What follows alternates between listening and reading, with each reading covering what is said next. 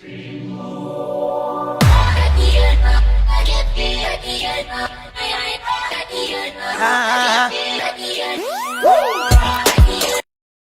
wanna see it. I wanna see it.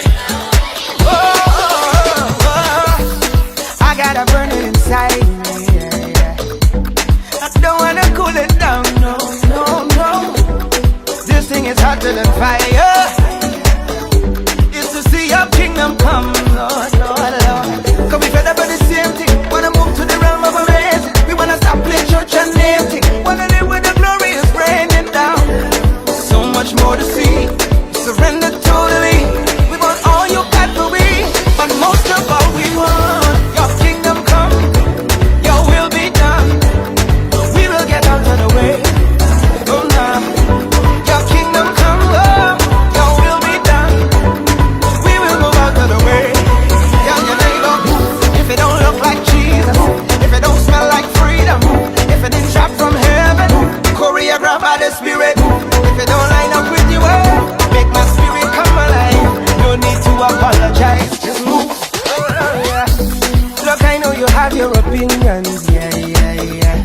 And I don't mean to shoot them down, but Jesus alone has dominion, and he never steered me wrong. And he said if I seek the kingdom first, and if after him I will first, he will break every single curse. He'll put Satan's plan in reverse for me. There's so much more to see. We want total liberty. We want all you got to be. But most of all we want your kingdom come. Your will be done, Lord. We will get out of the way. Your kingdom come. Your will be done, Lord. We will move out of the way. Tell your neighbor, if it don't look like Jesus, if it don't break the chains, them no.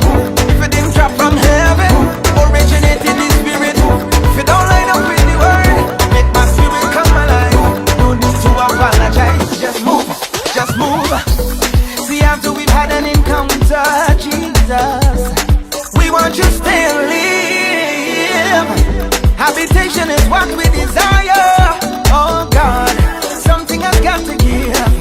We want directions, we need corrections. No more obsessions, we learned our lessons. Only you can fix what we cannot fix. In the church and in politics, consecration we will not mix. Jesus and you are our fix. In 2020 we want you. All we want is your will be done, Lord. We will get out of the way. Oh now, all we want is your kingdom.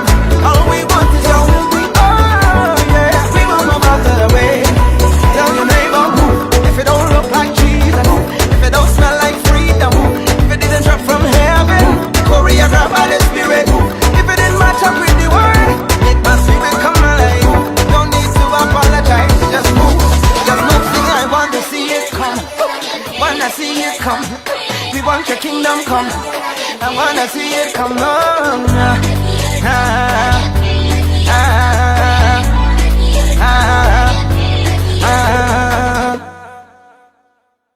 Good evening and welcome to the Women Empowerment Program. I'm Martina Johnson, your host tonight. Feeling excited and energized. It's been such a packed week so far, and today is only Tuesday. But I love it when I'm working. I love it when I'm busy. I love it when I'm challenged and I'm doing the things that I like doing. How many of us are here doing what we love to do? I would say all of us. I hope all of us, because I'll send you out to the studio, right? All right, so it's 1800 hours here in studio at EdYou FM. This is the time for the Women Empowerment Program, so don't go anywhere for the next 2 hours, because here is where you are going to be getting lots of information, edutainment for the family. And when we say the family, we mean mommy and daddy too, the adults, as well as the children in the home. And tonight we are going to be talking about activities and events. We're going to be talking about education and training for business. We're going to be talking about so many topics. So every member in the household is catered for over the next 2 hours. There is something for you. So as you get ready to listen and take notes, I'm going to say shout out to our listeners who are tuned in on 99.7 FM. I know those of you in Georgetown and Anai, on 89.9 FM in Ituni, Maruka, and Port Kaituma. We also have listeners on 98.9 FM in New Amsterdam and 99.9 FM everywhere else. If you know someone else in your community who is not locked into the Women Empowerment Program right now, let them know. Wherever they are, we have a frequency available. And if you want to join our conversation via text or WhatsApp, you can message us on 6008343. Again, the number to text or WhatsApp is 6008343. You can also join our conversation on our Facebook page, which is EdYou FM Facebook. We are live there already. Yes, you can share the live link, comment, like, and remember to let your friends and family know what we're talking about tonight. We're talking about education, what's happening when school opens next week, what to look out for, what are some of the things that are going to be happening for Literacy Week. So parents, you're preparing your kids to get back to school. Kids, you are preparing to get back to school. You want to hear all about that. But first, I also want to encourage you, if you are not able to continue listening on radio and you're going to be mobile, you can also download the EdPal app. It will just take a minute. The EdPal app, you go to the Google Play Store and download EDPAL. That's how you spell the app's name, EdPal app, and you can get the Women Empowerment Program live right there and all the other programs on EdYou FM on the EdPal app. Or you can listen via our website, which is edyu.fm, EDYOU.fm. This is the Women Empowerment Program. I am your host, Martina Johnson. Our first guest this evening is going to join us virtually, and she is going to be talking. Actually, no, we're going to make a quick shift. We were going to make a shift to accommodate someone else, but for the time being, our first guest, who's originally scheduled to come on, is now here. She said she was going to be running a little bit late, but she's here on time. And if you're looking on Facebook Live, you're going to see that she's here. Our first guest is none other than the Honorable Minister of Education, Priya Manickchand. And she's going to be talking tonight about what's happening in, yes, you can come right in. We're ready for you. What is going to be happening across Guyana in our schools and all that you need to know. She's here to share that information with you. All right. So if you're on the live, you're going to see she is settling in, and we are.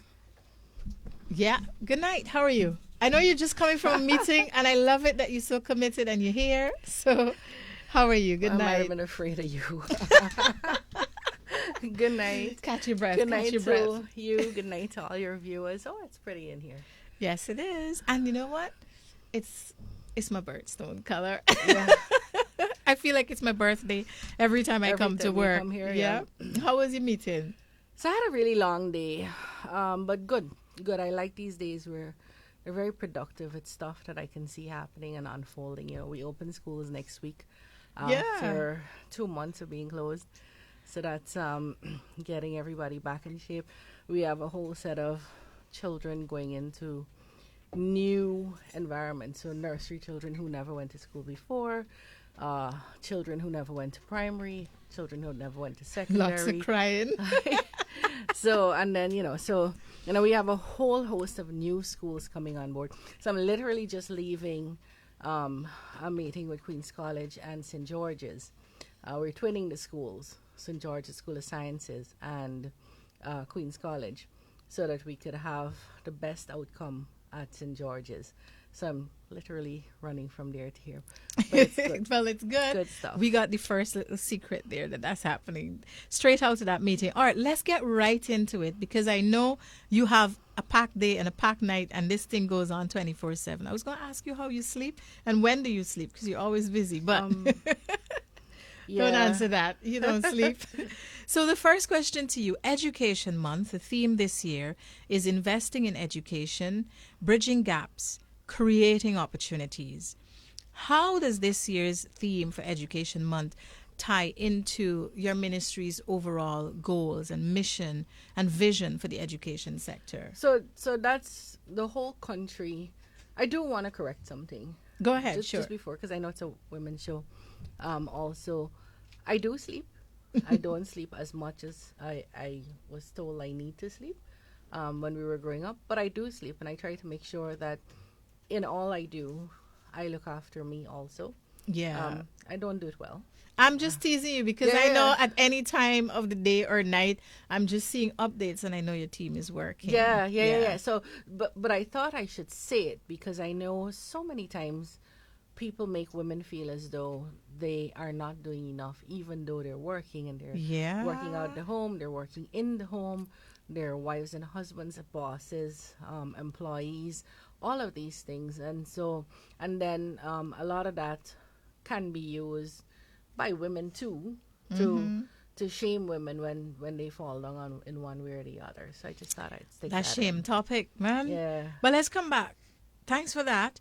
The theme, Education Month this year, it's investing in education, bridging gaps, creating opportunities.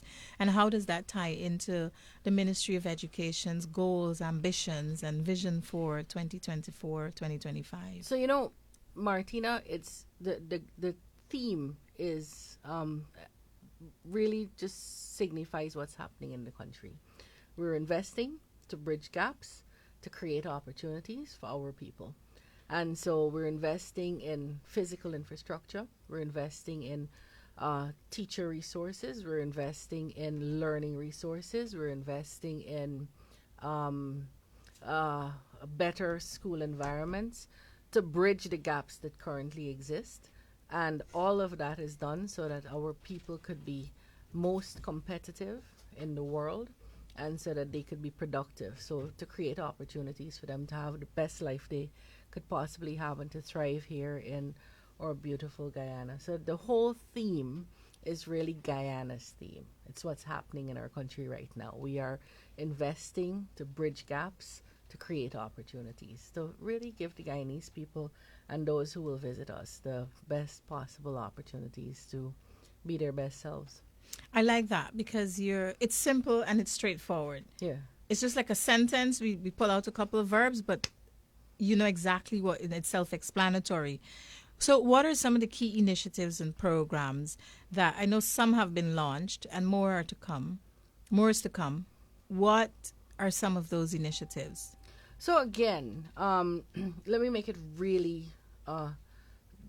I try to keep my line straight so that we don't get confused about what we want to do because there's so much happening every day. We want to make sure all our children have access to nursery, primary, secondary.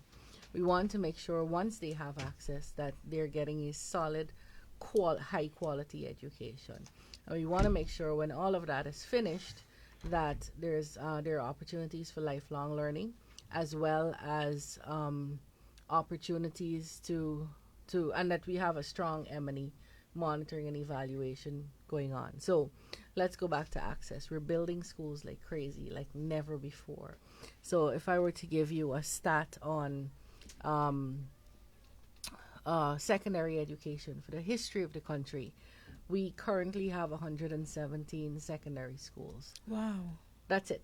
117 secondary schools since Guyana existed. We are currently building 26 secondary schools. So in one term. So for all the time we existed, we have 100. We're now building 26. So we're building 1/3 the number of schools. Yeah. That's a huge undertaking, and that's only secondary. Then we're putting down primary schools where they don't exist. We're putting down nursery schools where they don't exist. We're extending schools. We're currently rehabilitating almost every school in this country. That is fixing ceilings, fixing fences and toilets, and painting, and making sure plumbing and electricity is working. I saw someone sent me a post from Bushlot Secondary. So if the people of Bushlot are hearing us, I know while that falls under the regional administration of Region 5, we're going to work with the region to make sure it's finished for Monday. So, so it's building schools, rehabilitating schools. Now, some of these things will take a little bit longer. I mean, I know people are impatient, and they should be. We should all want the best right away. Yeah. But we are building the most schools we ever built with the same number of contractors. We didn't get more people coming into the country as contractors with the same level of skills. We didn't overnight. And you're competing develop with the skills. housing ministry for the same contractors. Competing with the housing ministry, competing with Private the roads sector. ministry, Yeah. with public works, competing with the water people. So we didn't get any new contractors in the country. I mean, we got new contractors, but Not we on didn't the get scale new for the people. work that's happening. Exactly. Yeah. We didn't get new skills. We didn't get new people to monitor. We didn't get new engineers. Those that we have can't compete. We can't compete with the salaries that are being paid privately. So there are a lot of obstacles. Now, we're not a people who wring our hands and cry and wail. That's the easiest, easy to do. Complain about everything that's not possible. We try to get it done. But there are obstacles, and I ask parents, teachers, students to be patient with us. Let us know when it's not working for you, and we'll try to fix it. But not everything gets done as quickly as even we would want it to be done. Yeah. In an ideal world, it would be done yesterday. In my But- world, I'd want it done yesterday. Why not? I mean, Yeah. imagine how we'd be everybody's hero if we could fix everything right away. We just, we're working with these limitations, and so that's really. Yeah. And the other thing is, procurement, and we insist that our procurement laws must be followed, and so that process is very long, but it frustrates the living daylight out of me. We have to advertise for many weeks. Then it goes to the tender board, and they have, Guyana is undertaking the most it ever undertook in terms of building out, construction, procurement. And so we're competing with all the ministries you just mentioned. So sometimes something that's hugely important to me is least important to them because they're dealing with something else that's hugely important. So we have that process, and then it goes to, it has to be evaluated, and then it goes to the cabinet, and the cabinet offers a no objection, and then it comes back, and a contract has to be entered. And that is, you're talking easy, a 6-month process. 6 months, yeah. I Right. remember a So- project that I had gone through that process for, and it was about 6 months. Right, and that's Yeah. how long it takes. That's just what it is. And imagine if you have 40 projects. Well, right, or, a couple thousand like we do. Yeah, I'm just trying to say, as little as possible, 40, but yeah, having thousands for all the schools, because you're talking about 117 schools, you're talking about, that's just across Ghana, but you're talking about infrastructure happening, buildings, bridges, houses, lots of things happening across the country. But you answered the next question I had here to ask about infrastructure and the plans that are being put into place, or the plans that you have. So let me skip to, how is the ministry engaging with parents, teachers, and the community to ensure a more inclusive and equitable environment for the students? Right, so the usual PTAs and messaging to parents is not as effective as it once used to be. Well, I'm not sure that it ever really was, because schools have always complained that at PTAs they don't even see quarter of the population that they should be seeing. But I think what's happening now is we have a lot of class groups in WhatsApp. So the new technological features that are existing in the world, WhatsApp, SMSs, emails, are allowing teachers to communicate more with parents, and parents to communicate more with teachers, sometimes to the annoyance of teachers, because parents write 11 o'clock in the night. Oh, miss, what was that homework That's when you again? remember. Right. Or that's when you're checking That's the when- books. Or that's when your child tells you that, Yes. I got homework and I don't know what it is. But we do have to have some limits, because teachers need to sleep and have their own life too. So it's doing better, but we're trying. In the meeting I just had, we're looking at how do we communicate to parents from the parents of the schools I was looking at, St. George's, Queens. Your child was late this morning. So as it happens in real time, we just marked a register, and your child was not here for this session. How do we do that in real time so that parents know where the children are, and they become a little bit more involved in and aware of what's happening in their lives? So that's one of the gaps we need to plug. Phone calls? When you're dealing with 1,000 children, phone calls are, it sounds ideal. Oh, pick up the phone and call. Which phone are you using? Are you using the teacher's phone with the teacher's credit? Is the parent going to answer? Is there going to be a record that this was sent? Some of those kinds of. The record part of it. Right, yeah. Understood. Okay, and then also you have EdYou FM and the Learning Channel as means of reaching out with the children and the parents too. Right, and we have Facebook. But yeah, we have a lot of people who would go to many of the entertainment sites, and I call them entertainment sites. Other people call them influential sites, and they know everything that's happening there, but they missed posts. And they say you didn't make the post. And they say we didn't tell them. Yeah. So we're telling you these are all the forums that we can give you information on, and we are giving you that information. There is a corresponding duty on the part of parents to make themselves aware too. But we take it as our responsibility to get parents more involved, and so you're going to see a bigger push for that, getting parents involved, and by letting them know the value of their involvement. Every parent I know wants their child to do better than them. I'm talking about the maid, I'm talking about the prostitute, I'm talking about the drunk man who falls down on the coca top. They all want their children to be better than them. It doesn't matter what they appear to be. If they had a moment of those sane moments where they're thinking through what they want in their life, they want better for their kids. So it's our duty to help them understand how their involvement would add value to their children's lives. And so we got to find ways to do that.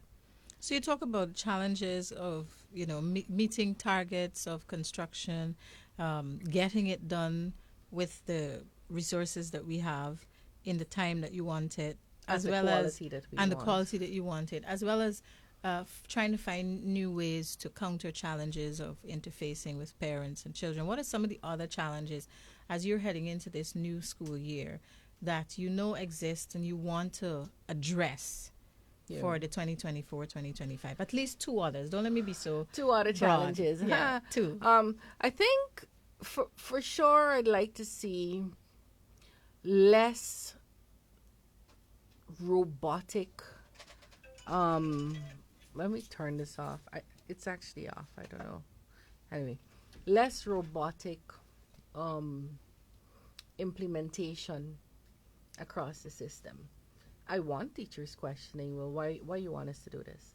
Like, how is this adding value to my children? You said you want this done, but this is not working in my classroom.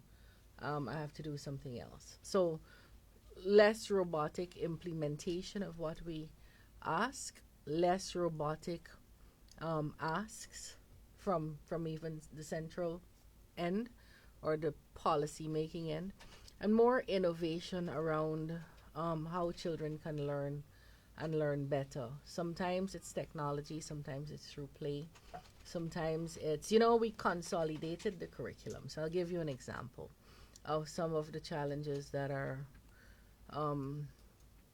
real. And to consolidate the curriculum, I had to drop from and this was when COVID was there. So we lost 2 years. We were out of school for 2 years. And we still had to write these exams, NGSA and so on. And I was trying to take some topics out. Because when I was there, you needed to teach me what were the Commonwealth countries and their capitals and their currency and their import and their export. But you can Google that now. So I don't need to know that out of my head anymore. I don't need to know it for Commonwealth, for the CARICOM. And so I was trying to take out some of those topics. Everything I tried to take out, people said, oh, you can't do that. It's really important. I said, no, it's important. That's why I was there. Oh, you're watering down the syllabus. You can't do this. These are important things these kids need to know, and so on. Today, there's an article in the Jamaican Gleaner that says the poor performance at mathematics across the Caribbean is a direct result of us crowding our children with things they don't need to know too early. They need to know to read, they need to know to comprehend, and once they can do that, they'll be able to do everything else, including good mathematics. And so we're seeing Guyana has held its own. We haven't seen any remarkable shifts downward at the NGSA level. In fact, we're doing better from pre-COVID years. And so some of the challenges sometimes is how to work for change without changing anything. I understand. For some people might sound confusing, but I understand that because. But I have an excellent team, so I want to say that. And I want to put that on the table. I have a set of young people, set of new people. They're abused sometimes by people who have no imagination and couldn't do an ounce of what they do. And they're a team that are willing to say, we heard you. It can't happen that way, but we can tweak it this way. And we have real disagreements sometimes on policy, never on personality. But I have a team that's really young, really willing to work, really committed to seeing this country do better through education. And it's really, really, really pleasing to work with them. Most days, guys. But when you have them challenging on policies and disagreement on policies and being less robotic, it helps the system. Absolutely. It helps you to grow. It helps to create for creativity and innovation, and then it trickles down to the people who you want to benefit, the students at all levels. What are some of the technological improvements that you're including in or adding to the classroom, to the curriculum? What are some of the, and I'm asking for the young people because, like I see the kids on these computers and tablets, and so how are you incorporating technology and digital learning into the class? So children are learning differently. We could call it what we want. We could fool ourselves all we want, and it doesn't matter where. If, there are places that might not have access to the internet, but they have access to devices, and their kids are on devices. So I'm in Rupa now, and there's no internet, there's no electricity, but they're devices, and children are learning differently on devices, and they can actually, so we can make this into something good or something terrible. Now, many of us find it very easy, and I'm guilty, to leave them on the device all day. Babysit with the phone or the tablet, yes. You don't need to feed them. You don't need to bathe them. You just put a device in their hands. And that's terrible. Yes. But there is also teaching them to learn things for themselves, search for information themselves. My son says, he tells me something new, and I said, how do you know that? He said, I searched it up. That's his famous thing, I searched it up. So they can research where they want to go, what to do when they get there, how something was made. And so we have to make these beautiful tools into something that's good for our kids. Yeah. How do we do that nationally? Because that's an expensive enterprise. And so I would tell, if I could get every parent to buy their children a laptop, I'd tell them to do it. Yeah. And so in some schools, it's now becoming mandatory.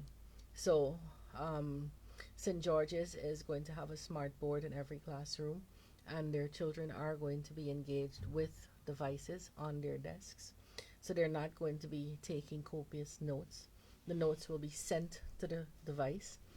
You get to pre-read, and we're discussing, like the more modern way of delivering education. We're trying to do that across the country. So there one school at a time, or maybe 5 or 10. Right. So one school at a time is definitely high schools. How we're going to do that is what we're looking at right now. But we have to. COVID taught us a couple of good lessons. Taught us that the premier way of delivering education still is a teacher in front of the classroom, but that could be complemented really well using technology and technological processes. And so we have to find the perfect marriage for that. We are starting an e-school soon.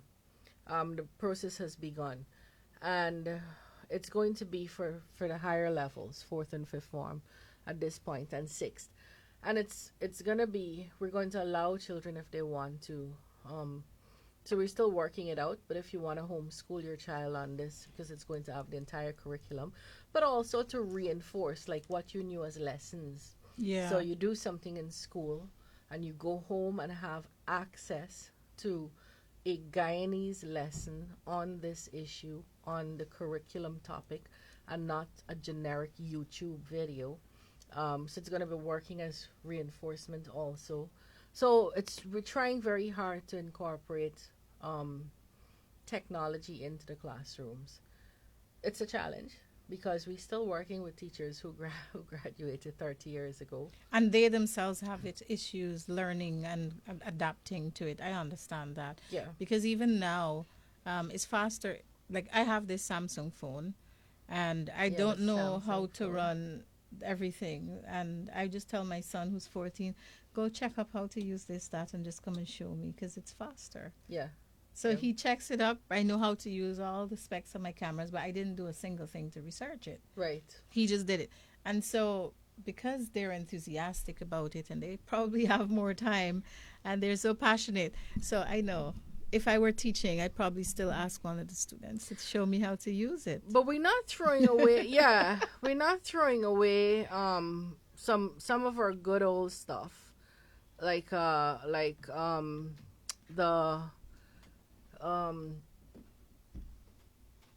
we're bringing in the devices, but at the same time, we're just about to put libraries of storybooks in every primary school. I wanted to know about that because are we encouraging reading? Literacy, World Literacy Day is coming up. That's September actually my next 8th. question. Yeah. World Literacy Day is coming up on September 8th. And, we're moving to technology. Schools are asking kids to come with a tablet or an iPad or a laptop.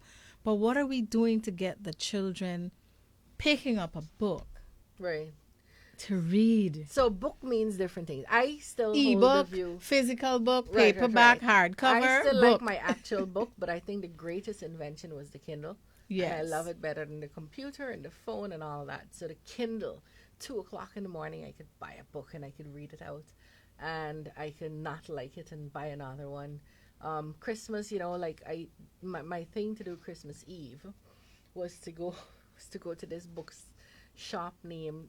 The lady was Janet in Border Market, and so I'd buy enough to last because there's Christmas, Boxing Day is a long holiday usually, so I'd buy at least that. And if I didn't get to go to Janet on Christmas Eve, I'd be so upset because I didn't have stuff to read through the holidays. I don't need to do that anymore. I can buy through my Kindle. But we gotta everything. support Janet.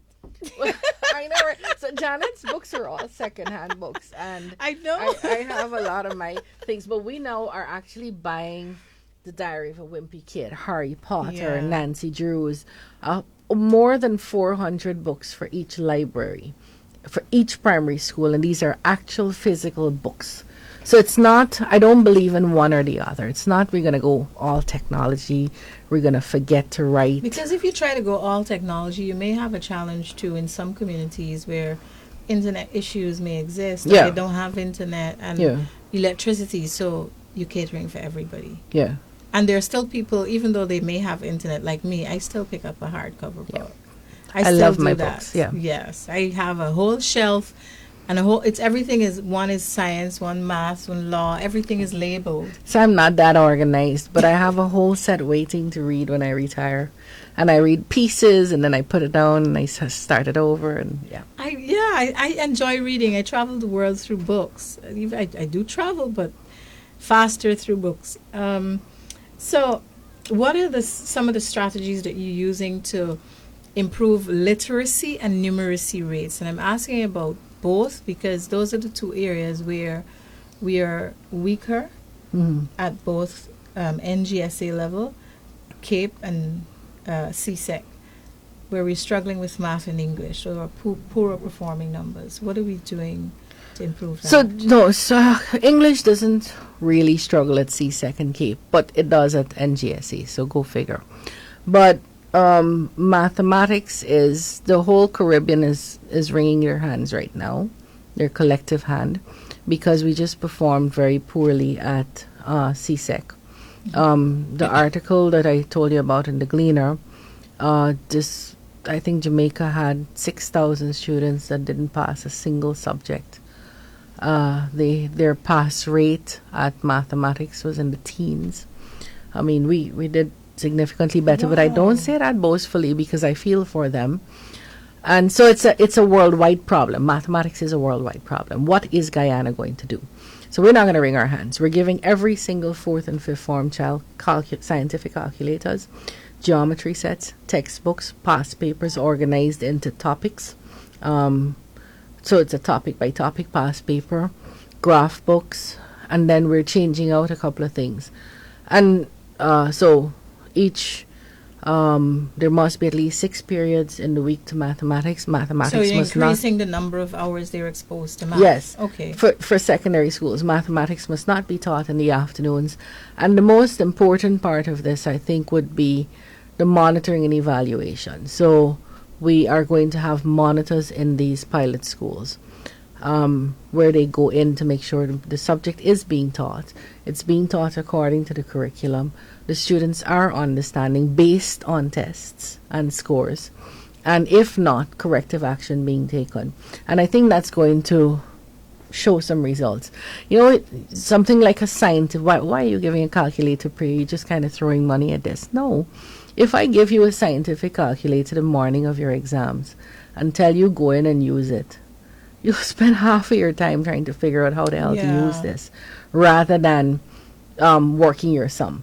If you own this and it's yours and you're familiar with second function and how to use these buttons to get your answers and get back to zero, get your formula and all that, then you're more likely to do well. So those things sound like small matters. They're not. I expect to see results. And I expect to see results in a short period of time. So we can come back next year. It's a big deal having a calculator. I remember I didn't have one. Scientific calculator? Yeah, and I remember like most people in my class had it, but I couldn't afford one at the time. Right. And so I'm using my fingers and strokes in my books, and so I eventually got one. But like you said, trying to figure out the second function, and when you're dealing with sine, cos, and tan, and it's like, okay, you know what? I can figure this out knowing the formula and doing everything on my own. So I'm just really glad put that down and leave that in a corner. So I'm glad I don't remember those things. You just you just research some drama, cosine and tan. Yeah. Some old horses can hear their owner's approach. That's how we remembered it. Yeah, all the students now, if you didn't know that, go check it up. That's how we were taught those things in our time. That was some time ago.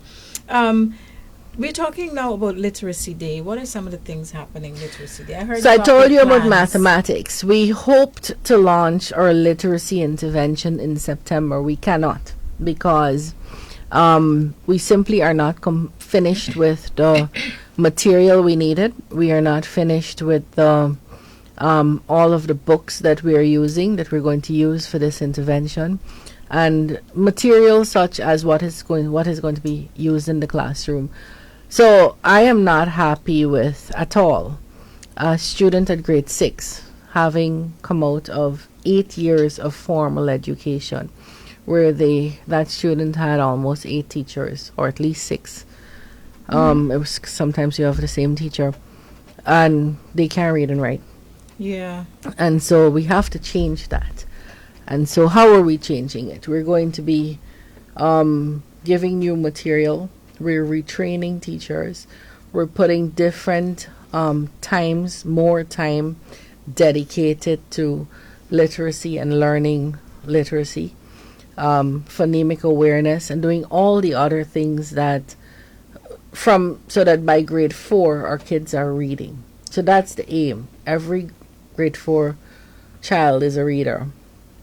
And that comes with giving the textbooks, giving the workbooks, pulling out students if they're not following along and they're not getting it, to give them extra reinforcement, making sure that is monitored and evaluated by individuals going into schools to do that. Manuals for teachers, different types of cards and sheets, so like sight words and special sounds and special blends and so on, that we're in the process of producing those materials. So some of it is already produced, but we can't get it printed in time. So we're going to start the program in January, but it's going to be intense, and it's going to be the aim is to make sure every child is a reader by grade 4. Teachers are going to be held accountable in that process because we have to. I was going to say, yeah, it's necessary. It's not to say that you're going to, I don't want anybody to run away with the idea that we sit in here thinking about firing people and this is the focus. The focus is on the students, but then if the monitoring and evaluation shows weaknesses on the teaching end, then there's corrective action to ensure there's retraining and tools and so on are provided. I don't know. I feel like there has to be some way to make everything fun. Just have a grand time in primary school with everything. And I somehow feel like the students will learn. Right. So that is the whole program is going to be supported by videos, video lessons, radio lessons, because not everywhere gets video. The Learning Channel is supposed to be developing their own, along the same line of products, their own products. So like you said, just to make it fun. We're going to have involvement of parents, because that's part of the problem too. If you come to school 2 days a week instead of 5 days a week, we have to start over next week when you come. Yeah. And these are real issues. These are real issues. So I go into a classroom and I try to sit around the table and I say, but these children are reading and these two aren't. And the teacher brings back the register and says, this is why. They don't come to school. And so we are now giving children breakfast or a hot meal. We are giving a cash grant. We're giving all the resources. I know sometimes people find it hard, and sometimes it's not only financial, it's depression, it's all kinds of other things, but we have to get parents to get their kids out to school. Yeah, well, not out to school in the way that putting them out. No, out. I hope you all don't misinterpret that. We want to get your kids into the classroom, into the classroom. I don't want anybody to cut that clip and say the minister said get the children out to school, right? Don't misinterpret that. Don't take that and run with it in a bad way. Get your children into the classroom. Into the classroom and learning, and that's what we need. And it's 1/3 of our teachers, 30% of the teaching service doesn't come to school on any given day, and about 40% of our students don't come to school on any given day.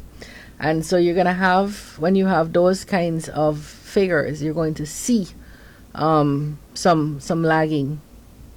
Yeah.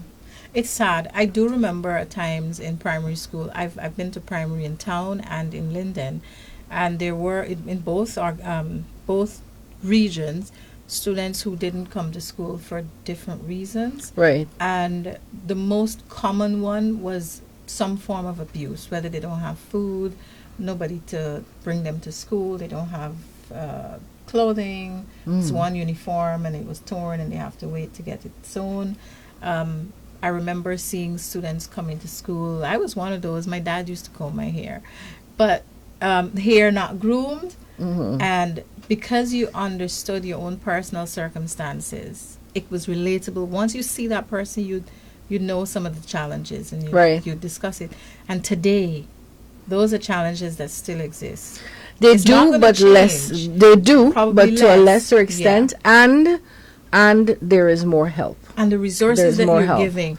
Right. But I do know, too, that it's not only resources. So sometimes it's not just poverty. It's the tiredness and weariness that comes with that, and the inability to understand where to go for help.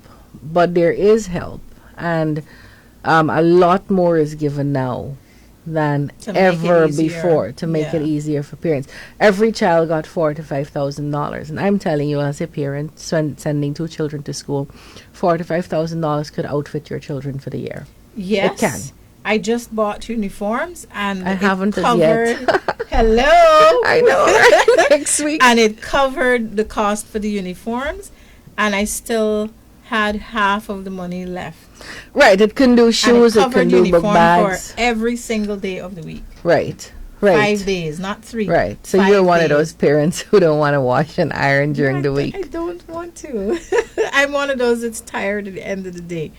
All right. So, can you highlight some of what's happening in STEM? Yeah. You know what? In STEAM. Let's put the A back in there. Yeah.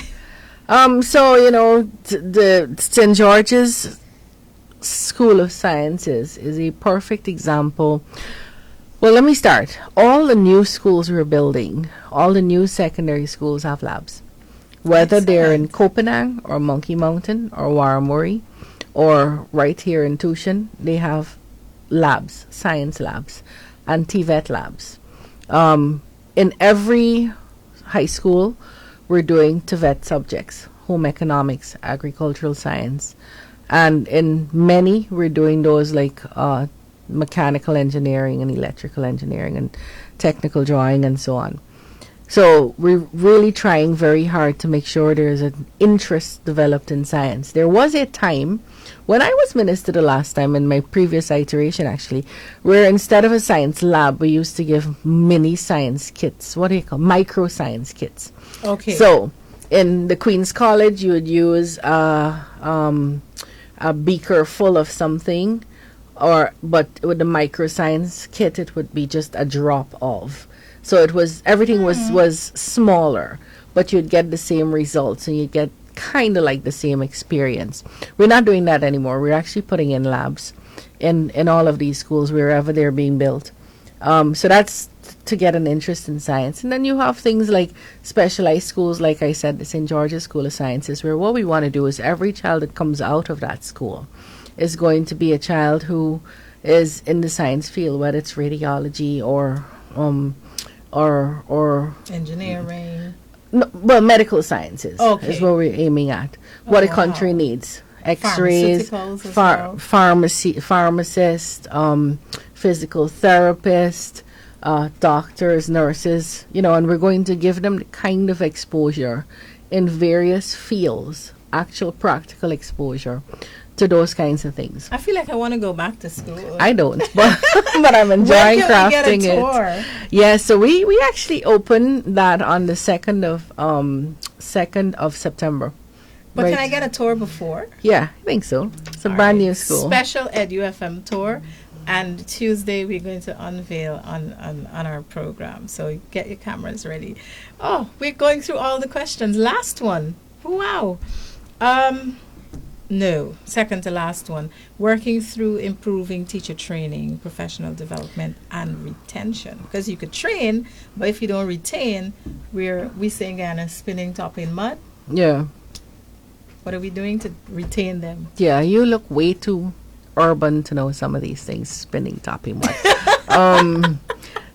So we don't have right now a retention problem, I touch wood.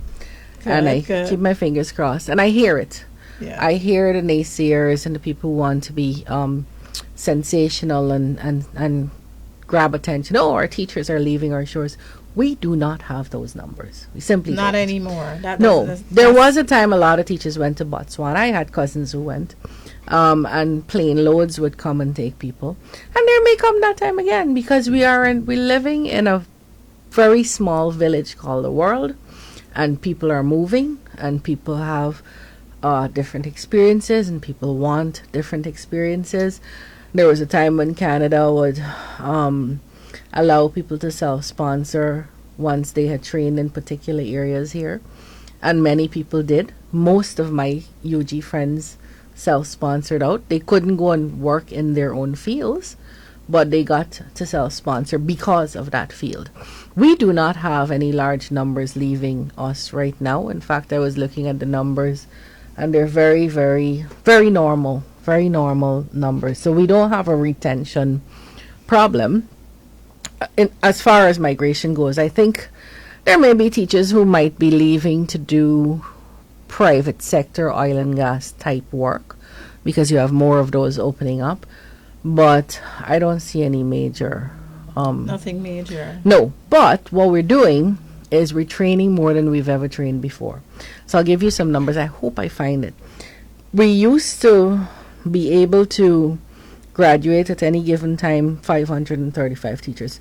That's the highest we've ever graduated from the Cyril Potter College of Education. At one time. At one time. And now. Last year we graduated 1,770 something teachers. So you're more than triple that number. So we're graduating more teachers and more trained teachers.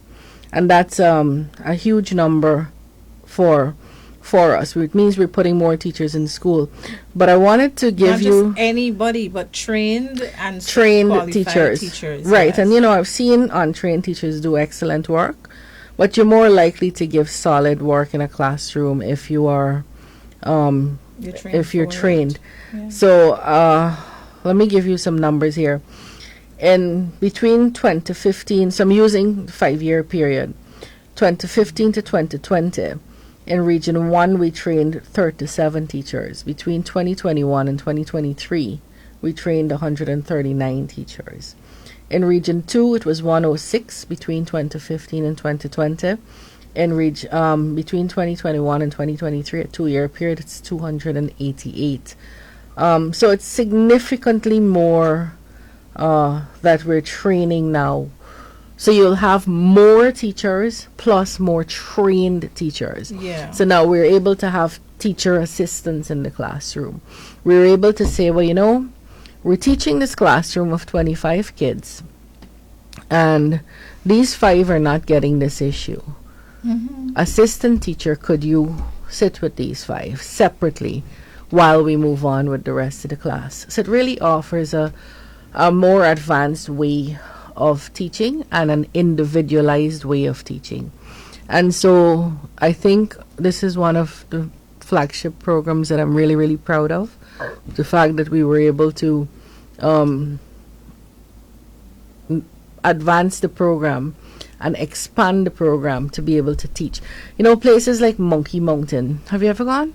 No, I haven't, but I keep hearing about it. So you won't see a single monkey, but it's beautiful. I don't know why it's named Monkey Mountain. I actually thought they had monkeys. That's no, why I they actually called it think that. one of the Okay. mountains maybe looks like a monkey or something, but I've never seen a monkey there. But there are 8 teachers training in Monkey Mountain who have not left. So they didn't have to leave their babies and come to Georgetown and be abused here. They're staying there. They are on the internet and they're being trained. Same thing with teachers at Kopinang, same thing with teachers. And we're not only training online, we are training fully online, but we're also training fully in person. So we have people who are at CPC living in the dorms, which have been renewed, rehabilitated. I did see the post about that. Right. Yeah. And they're being trained there too. So we have a far smaller ratio, teacher to student ratio, far smaller teacher to student ratio than we've ever had in the country. We've And closed so the gap. Yeah. well, we still need more. So you would have heard the vice president make the point that if we agreed with the union to have 1 to 25, and we now have 1 to 13. So we could immediately double the salary of a teacher if we were to fire half of the teachers. But we're not a government who fires people, so that's not an option for us.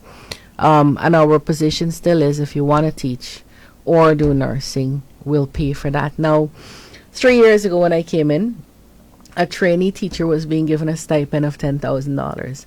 Now every trainee is being paid a salary of it's going to be, with this new increase, over $100,000. And same for the nurses. I don't remember what it is for Okay. nurses, but we're one of the only countries who will train you for free and pay you as we are training you. Yeah. In the world. If you're in Canada and you want to become a trained teacher, you have to pay to go to a college to do that. And it's competitive about who gets in and so on. Right? And my cousin left Canada and went to Australia to teach a training school because that's where she got in. So, these are all things. Sometimes we don't talk about it. We make it look easy, and so it's taken for granted. And we shouldn't. It's our duty to serve and serve at our best, and to make sure people get the best of us. But and then there's constant retraining happening. NSERD, where we're housed here right now, their task, that's the part of their mandate, is to retrain and train teachers in various fields. And so that's what we're retraining in math, we're retraining in certain subjects. We're still running Pro Futuro, which is a Spanish program that allows us, but in English, to train teachers in innovation and ICT. So there's constantly efforts to renew. We have more than 30% of our teaching service on Gold, the Guyana Online Academy of Learning, doing degrees or masters or PhDs. I mean, that's big. That's teachers. That's impressive, because they're getting an opportunity to grow, and then that trickles down into the classroom. But I'm looking at the time, into their pockets, because they get better salaries. When they get higher qualifications. And as we prepare for our next guest, final question: what are your key wins for the year? For the year, on a celebratory note, what are some of the things?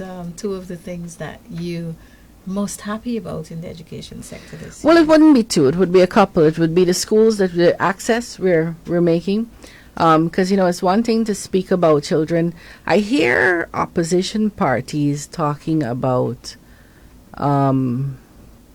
half of the children drop out before they go to CXC. They don't drop out. They just have no school to go to. And so we have universal primary education, which means that almost everywhere in the country there's a primary school. So 16,000 kids, right, NGSA. And then you don't have universal secondary education. So there are tons of villages in this country where there's no secondary school for children to go to, and so they have no secondary school to go to, and so therefore they cannot write CSEC or CXC. This existed while these opposition parties were in government, and they did nothing to correct that. Not a single school, not a single secondary school was started or finished under the previous government. So it's not that anybody's dropping out, they simply don't have a secondary school to go to. And now you're creating an opportunity for them with the 26 new schools. That is a major win for me, because it means kids are now getting an education. And many of them will never know my name, and they won't know how this happened, and they won't know the struggle, but they'll have a different life, and their children will have a different life, and that is a big, big, big win. Training teachers, giving teachers the opportunity to train, and then watch that multiply into the way children are taught and how they learn, is also a big win. And then resources. We are giving cash grants without a scandal. So we've never had a scandal on the Because We Care cash grant, because it's done very, very meticulously. It's audited. We have strict rules that we don't break. We're giving cash grants to the schools. That's also allowing schools to be autonomous and independent in how they purchase things they need. So before, we used to give bleach and toilet paper and but not everybody needs that. Exactly. So now they're going to get the So now they buy what they want. They buy Excellent. the quality they want. They buy the amount they want. They buy... so, last year you may have bought cardboard. This year you're buying staple machines. So the schools have that kind of autonomy. So you're just seeing a lot more independence, and we're seeing better results. So at NGSA we're doing better. At CSEC we're doing better. We have created more CAPE schools, more schools that are doing what you used to know as A-levels. It's now CAPE. We're doing better at all of those. So it's a nice time in education. Yeah, it is a nice time in education, and I can tell you a lot of students are excited. My kids are excited. I am excited for them. The school to start? Yes, let them go back to school. And let me get to work. But, school is opening. Which date? Are all the schools opening on the same date? I hope so. The chief education officers, yes. Well, everything is set to open then. I suspect if there's any major expansion happening or major construction work happening, You may have a delay. you may have a delay. I saw Mays School, which is a private school, advertising that they're going to open on the 9th because they're doing some construction work. So I hope we're able to open everywhere on the 2nd, but if not, the Chief Education Officer is going to advise where will or will not be open. I truly hope that we're going to be able to open everywhere.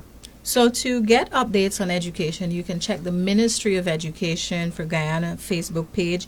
You can also check the EdYou FM Facebook page as well as the Guyana Learning channel.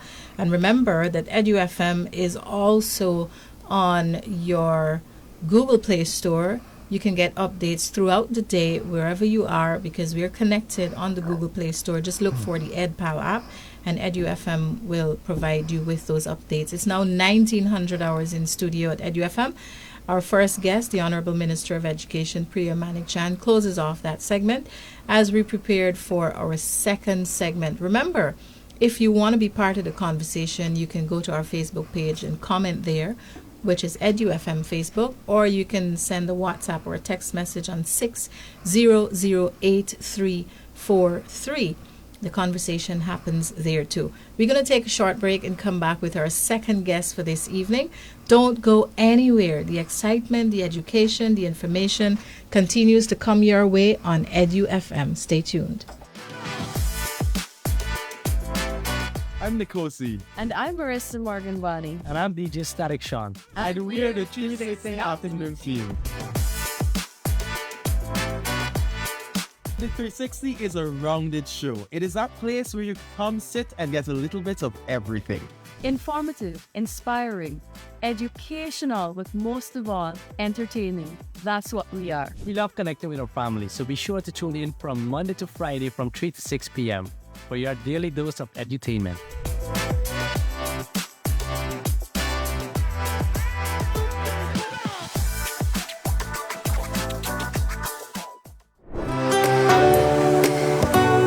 Hi, my name is Caroline Samuel, and I am the host of the Lunch Break here on EdYou FM. There's no better way to spend your lunch break. We have your riddle of the day, your Guyanese fun fact, your celebrity birthdays, and of course, your everyday lunchtime gal.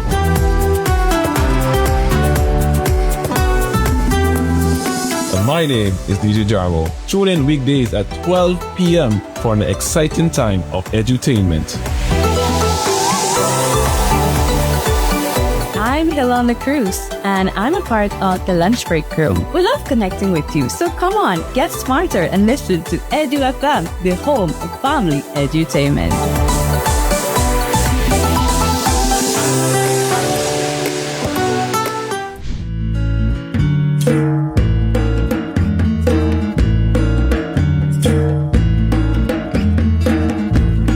Good morning. Buenos dias. Bon dia. Welcome to the New Day Show on EdYou FM. The New Day Show fosters a passion for learning, reaching audiences near and far, ensuring equal educational opportunities for all. For the best musical selections and the gist on what's going on in the 592 and the tech world, the New Day Show is your morning picker-upper. For up-to-date information and the latest news, tune into the New Day Show weekdays from 7 to 9 a.m. I'm Danelli Singh. I'm Dwayne Hackett. I'm Shonda Eastman. And we are the New Day Show.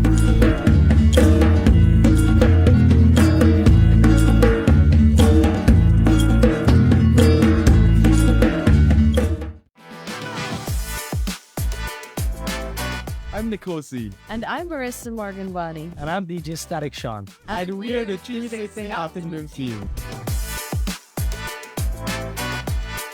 The 360 is a rounded show. It is that place where you come, sit, and get a little bit of everything. Informative, inspiring, educational, but most of all, entertaining. That's what we are. We love connecting with our family, so be sure to tune in from Monday to Friday from 3 to 6 p.m. for your daily dose of edutainment.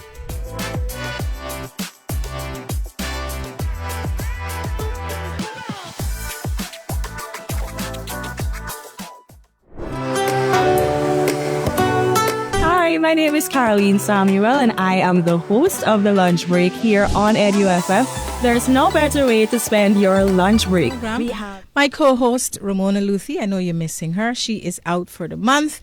You know, we have to do a lot in this industry to advance our careers and our skills. And so she's out there honing her skills and fine-tuning some skills. So when she comes back sharper than ever.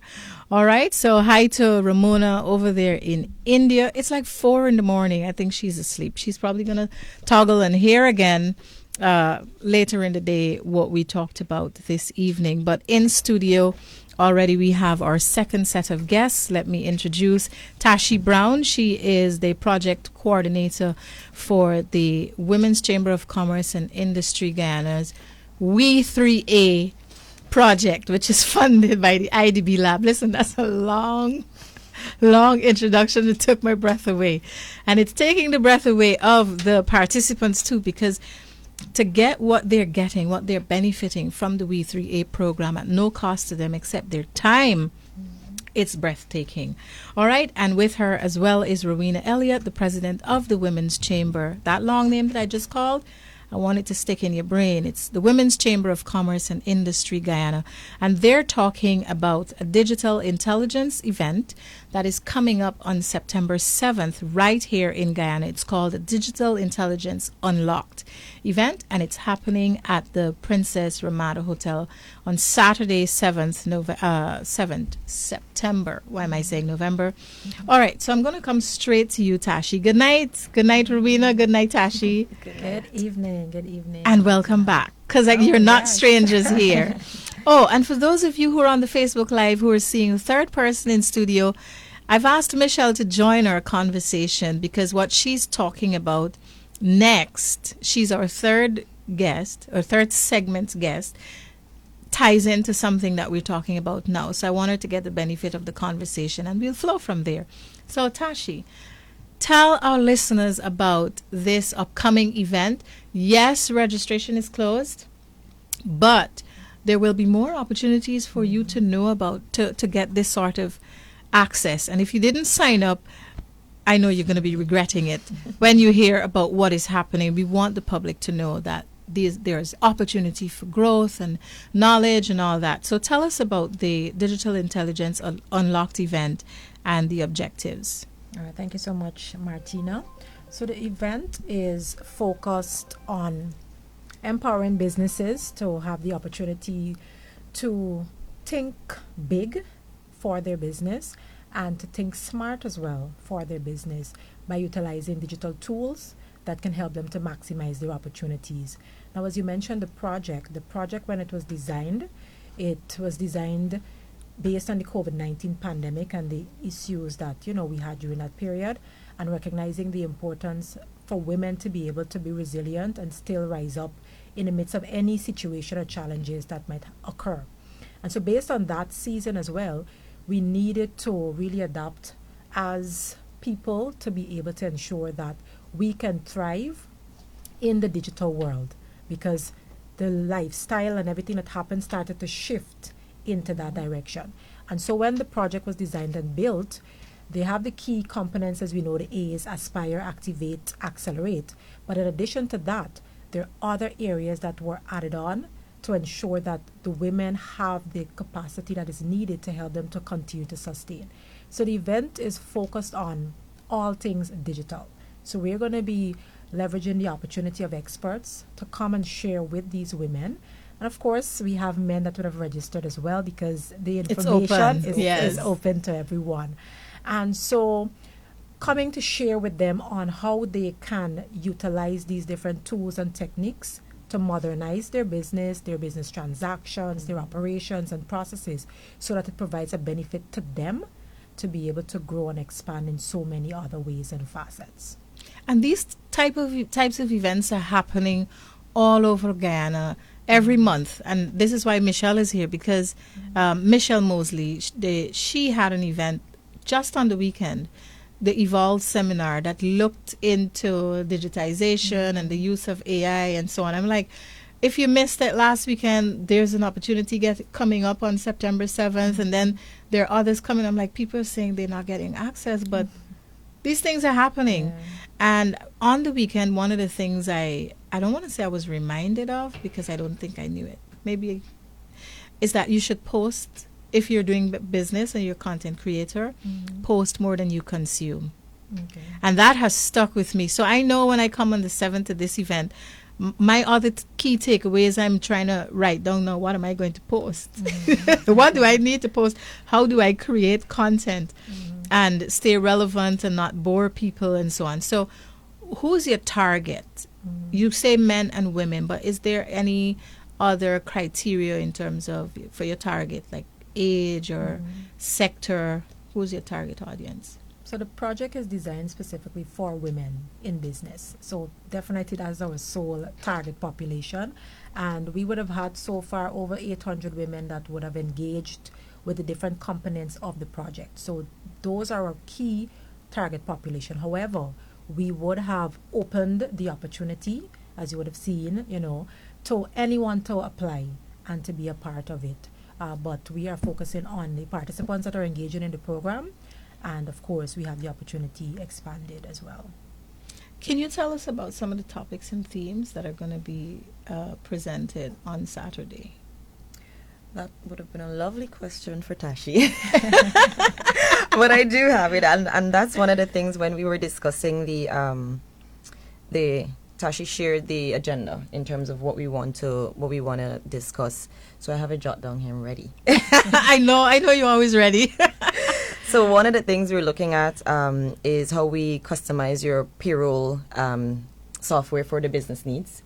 We're looking at the so like I can do it myself. Maybe you can with I want to say there are various number of apps and websites and licensing products that you can get, and you can customize and you can do your own payroll. All right. Yep. Making notes. Of course, the big thing that we're hearing now is AI. So there's going to be a focus on how you use AI for your business operations. I am particularly interested in that one just because I like this whole AI thing. I like it. It makes you work smart, not hard. Right. And that's the idea.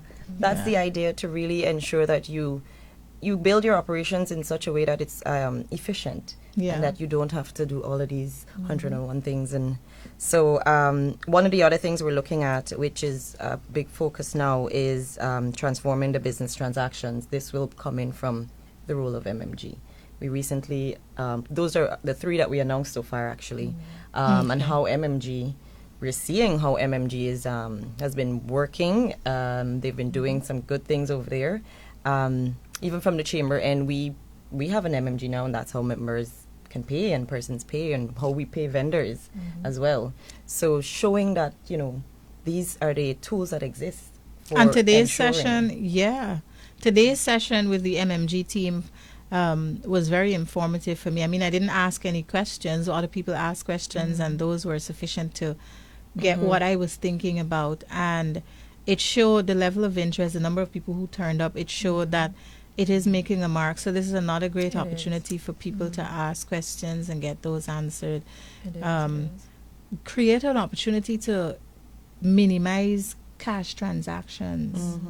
Make payments safe and secure. I saw that in China. I don't recall seeing cash in China much, unless when you went on, other than when you went to the bank. Otherwise, everything is the WeChat app. So, who are some of your special guests? I see both of you smiling like somebody wants to talk about somebody they know coming. Not necessarily. But so as usual, we usually have the IDB country representative coming and being a part, because it's an IDB funded project. So she's definitely going to be there, and other representatives from IDB are going to be present as well. I saw an announcement for Eden Marks. Yes. And Elizabeth Tatkan. Yes. I saw an announcement for those two. Was there another one? Am I missing one? Marlon George. Yes. So he's going to teach us about the payroll. Yes. Eden is AI, and Elizabeth is MMG. All right, because I was checking. I'm tracking it, and I'm like, okay, I see these are good people. And those are some of the that's one of the reasons why I said, you know what, I'm going to go, because not just because I'm in business, but these people who are presenting are people with a wealth of knowledge, In and their I field. know that I'm going to leave with at least 3 key takeaways, one from each person. More, I'm sure it'll be more, but I'm thinking We have minimum 3. We have a member, Evie. She will be presenting as well. All things social media. Oh yeah. Yes. Oh yeah. I'm liking what I'm hearing. So tell me the logistics. Where, what time, how long you going for? So it's going to be at Princess. We're going to be starting at 10 a.m. sharp. So those of you who have registered, 10 o'clock sharp at the Princess Hotel. So if you want to be there for sharp, then you can say 9:30, so that you can say, oh, I'm coming for Guyanese time. So you're going to be there for 9:30, but it's starting 10 sharp. 10. Okay. I like that. If you want to come for sharp. Yes, and come early so you can network. I like that. Get to meet some new people and interact and learn, exchange business cards and ideas. Unfold, because I remember, and that's one of the things that allowed us to, have this event, because we would have the sessions, because this particular topic, as I mentioned, it is part of the program. So when we have the sessions with the ladies who are preparing for graduation, they have to go this topic. But we never did it so big. And so we had MMG come before, had conversations with them. And what you'd find is sometimes we invite MMG to speak for 1 hour, and they end up taking up the entire session because the questions are so much, the engagement is so much. And so we've recognized that, there's a need for this to be bigger than just this focus group that we're working with at the time, and to allow other people to also have the opportunity. I was going to ask you, how come you decided to make it open to the public? And now I understand, because you see that need based on the feedback in that room. Yes, and even in conversations, because for instance, I remember one of the Accelerate ladies, she would have attended one of the sessions that Mr. Marks did for some other event on AI, and she incorporated that for her business, and she created a little AI feature, and she sent it into the group with the other women in the program to test it out, and persons were all excited, like, oh my gosh, I asked your AI this question and she responded, and they were asking her so many things, we recognize Iris? No, it's Avia. Avia, okay. Yes. Oh my God, there's another one? She's incorporated, Avia has incorporated AI into her business. And so the conversation, the network, and the excitement that you see coming out of it, we recognize that this could be something so much bigger. And the conversation can definitely expand. And I'm grateful for the opportunity, because I'm not a member of that cohort that's preparing to graduate, but I'm exposed to the learning just like other people in the public who are able to register. So what are some of the benefits you see coming out of this? So definitely for one, the access in terms of persons setting up to either be MMG agents or to actually utilize it for their business. Because as I mentioned, when we had a session, persons would have seen, I can use MMG to make transactions for my business, but wait, I could have another side hustle. I could be an MMG agent. All right. So okay. Yes, and then they usually, they're always so willing. They leave their contact information, reach out to us. We are going to like any person can be that MMG agent? Well, they share all of the criteria. So, of course, there are criteria, so they list all of that. And so you're able to, think differently and expand how you operate differently. You're able to see, for instance, let's say like with the social media management, you can set up systems to be able to schedule your content for the week. I know, Martin, you love to post and share and give us all of that insight as to what is happening. But sometimes it can be a lot on your time. But maybe you can have a platform, a system that helps you to set all of that up. So, for instance, you're going to be there on September 7th. You already set up your framework so that whilst you're there sitting and you're taking your selfies, your post is already there on the site, Well, Michelle can tell you that on Saturday I was posting in real time about what is happening at the Evolve seminar. I wish I could have stayed all day. I'm hoping that this for the same, because I don't want to miss anything. These are topics that are so relevant to my business and the organizations I serve, and I think it's important that I grow my skills. So I'm saying this to all of you who signed up. that don't take it for granted that, oh, you register and then you change your mind. Take the opportunity because you registered and you fill the space, that if you say no now, you've deprived somebody else who wanted that seat. Yeah. I saw even today people were reaching out asking, and I'm saying, don't deprive somebody of a seat and then you don't show up on Saturday. You signed up, commit to it, and come out, because this is an opportunity for you to learn and to share knowledge. When you don't show up, there's an empty seat and you didn't get an opportunity to share with anybody else, and somebody else who wanted to come was robbed of that seat. All right. What are some of the plans that you have to evaluate the impact of this event, the effectiveness of the Digital Intelligence Unlocked event? All right, so within the program itself, we have, at the end of all the courses, we have evaluations that are done so that we can be able to have an appreciation as to how impactful it was for the participants. So we are going to be having our usual evaluation forms present there for the participants to fill out and submit at the end of the program. And one of the things too is that all of the sessions that we do, certification, you have certificates that are going to be presented. And so in order for them to get the certificate, they need to complete their evaluation. But yes, we do have evaluations so that they can share their feedback and they can perhaps indicate, what are the interests they have, so that we can look at that to see the possibilities. For the Women's Chamber, Rowena, doing this here and opening it out to the public, what does it mean to you that for the organization and the We3A project to go and become more inclusive in the community? I think that is one of the good things is to build awareness and share the information. So you get that from a twofold: for the chamber itself, for seeing the value that we create, seeing the programs that we have and what we've invested in, and our stakeholders who are connected to us in a sense, who have supported us, and then also the second part of that is literally taking the information and putting it out there, because a lot of times you speak to someone, they're like, oh, I want to do this, but I don't know how, or I don't know where to look for it, or where can I find this kind of information. So a lot of times it's things that they're there, but they don't know how to access. So I think for us, certain things, even recently from the chamber, and we had the vendor forum with SIPEM, and we opened that out to the public. It's through SIPEM and the chamber collaborated to do that, mainly for them to have a better inclusivity in their supply chain, but we put that out to the public for registration. So, it kind of builds and ensures that the information is getting to persons, and that's one of the main things that I think is good about that. And I wanted to add to that as well, in the sense that because of how the project is set up and we're working in these different regions, we've had persons saying that we are coming down from Linden for the event. We are coming from Pomeroon for the event, because they know that they have a community, and they're not timid, they're not afraid to come out. They're coming for the event.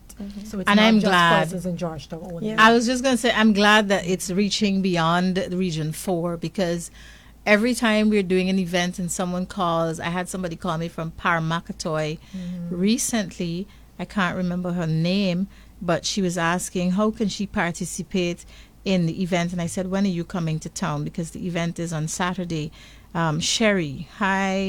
Sherry Balkaran, and how can she participate? I'm like, how did you hear about the program? And we're thinking that only people, some people might think only people in town interested and listening, but Sherry's in Paramakatoy listening, and she has a business, her daughter has a business, and they're interested in how they can participate and how they can benefit, as well as how they can give knowledge and information to the wider community on, how they're navigating in their small market, and how we can learn from them. So shout out to Sherry. Thanks for reaching out. And yes, I encourage you to proceed with your application to join the Women's Chamber. This brings us to the end of the second segment of the Women Empowerment Program, but we're going to go straight into the segment with Michelle Mosley, who just completed the first edition or the first episode of Evolve seminar here in Ghana. I don't know, if you want to stay and hear the conversation on what she was doing and get some insight into that. I'm also going to ring her son, Quezon, who is the AI expert and the content creator expert. He's in Canada by now, right? Yes. Good night, Quezon. You're live on the Women Empowerment Program. Wow. Hey, how you doing? I am good. And I just want to say thank you so much for agreeing to be on our program. We were just having a conversation with the president of the Women's Chamber, Rowena Elliott, and the project coordinator for the We3A project, which is facilitated through the Women's Chamber and IDB collaboration, Tashi Brown. And we're just talking about Digital Intelligence Unlocked event coming up on the 7th of September. And because I know I was having this conversation with them today, I'd asked you to join us because I know you're really into AI and content creation. So having you and your mom on the program tonight was strategic because you know that we're going to be having this conversation. How are you doing? Where are you right now? Because I know you've been flying. How are you doing and where are you? I'm doing well. Thank you for having me. I am in my car right now because I know if I'm in the house, my son is going to be screaming in the background. So I had to just get out of the house real quick. So I just isolated myself in the car right now. So how was your travel? You had a safe, happy journey? Safe, yes. Happy. I'm trying to stay positive. You know, I didn't have a great experience with American Airlines, but I did get to put this Centurion lounge to good use. So. All right. So on Saturday, your mom had the first edition of the Evolve seminar here in Guyana at the Herdmanston Lodge. And I know that she did talk about having more programs for Guyana in the months and the years ahead.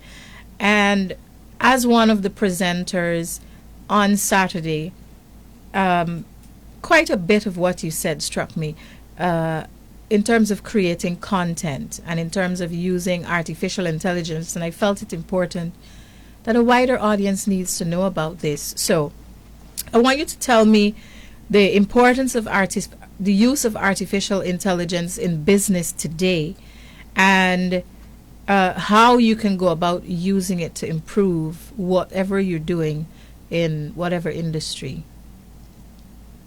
Well, the beautiful thing about AI is that it makes you 10 times or maybe even 100 times more productive.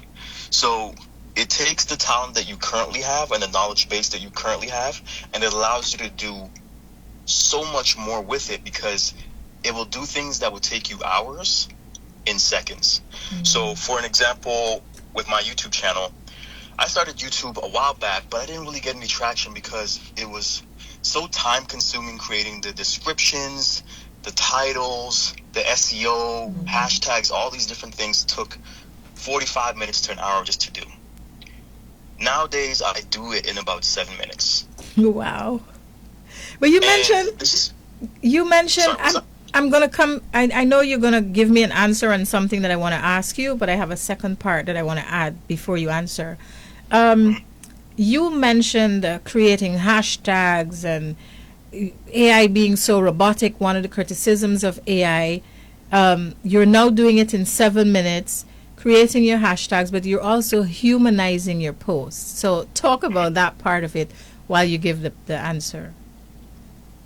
So I use an app called iTranscribe, and there's several different transcription apps, whether it be on Android or Apple.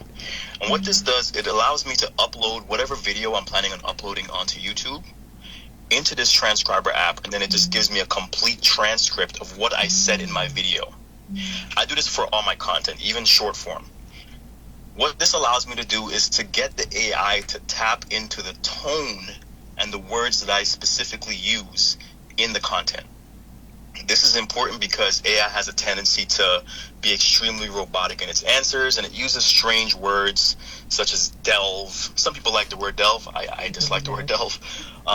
Embark, unlock, unleash. Thrilled. This is what I call AI speak, right? And the more it becomes used, the more people are going to be able to identify it. Because I use AI so much, I could see it from a mile away. I know an AI post within seconds of glancing at it. So what I do is I'm very careful with my tone. So I make sure that I transcribe my content first, get the tone, and then ask it to write in that tone. For other people, if that sounds too complex, you can then ask it to write it in a tone of somebody that you like their writing, or if you use it enough, it actually learns your tone, and then it could adapt your tone. So are you saying that if I tell AI to write a script that makes me sound like Denzel Washington, it can do that? Yes, absolutely. Oh wow, I just learned something there. I'm gonna modify how I talk to AI now. So I want to ask your mom, Michelle, to come in here and give our listeners the explanation or the insight into what made you do this Evolve seminar and include this conversation in your presentation. Your mic is already on, so you can come closer. Awesome. Well, first of all, thank you for having me, and for having my son, my firstborn, of whom I'm very proud. Faison is blushing. He doesn't blush. He's accustomed to me by now. But one of the things, when I was doing a bit of a lineup of people who were going to be there at the Evolve seminar, I wanted to include relevant topics as well. So we kind of married two concepts. One of it is being things like actionable learning stuff, like we had Richard Asava, and he's going to do investments, and we have Rita Sukrit, who's going to do learning and development and all of those cloud-based. She does some digital content creation as well. And then I spoke with Quayson, because Quayson manages my the content on my professional Facebook page, because he's always critical of it. So you just make him do it himself. So he kind of manages that. I will tell you, here's where the similarity between Quayson and myself comes in.